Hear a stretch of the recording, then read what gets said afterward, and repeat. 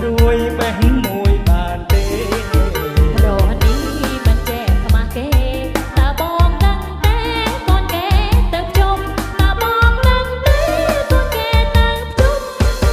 ធ្វើបុណ្យធ្វើនឹងព្រះសង្ឃធ្វើទាននឹងបងទៅនាងក្រមុំធ្វើបុណ្យធ្វើនឹងព្រះសង្ឃធ្វើទាននឹងបងទៅនាងក្រមុំអញ្ជើញខោចេញសុំកុំពុកបាត់ខ្ញុំថ្ងៃជុំធំផងកុំពុកបាត់ខ្ញុំថ្ងៃជុំធំផងកូនគេសតែក្រមុំរដូវបានជុំខ្ញុំសុំតម្ដងកូនគេសតែក្រមុំ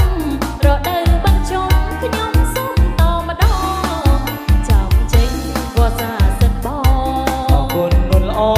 បងនេះសិនហើយសុំទោសនុនល្អបងអរគុណហើយឆេឆេ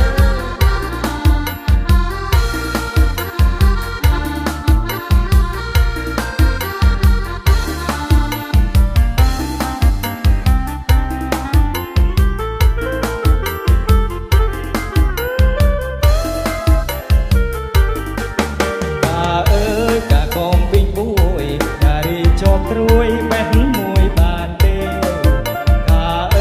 កាកងពីងពួយការីជាប់ត្រួយ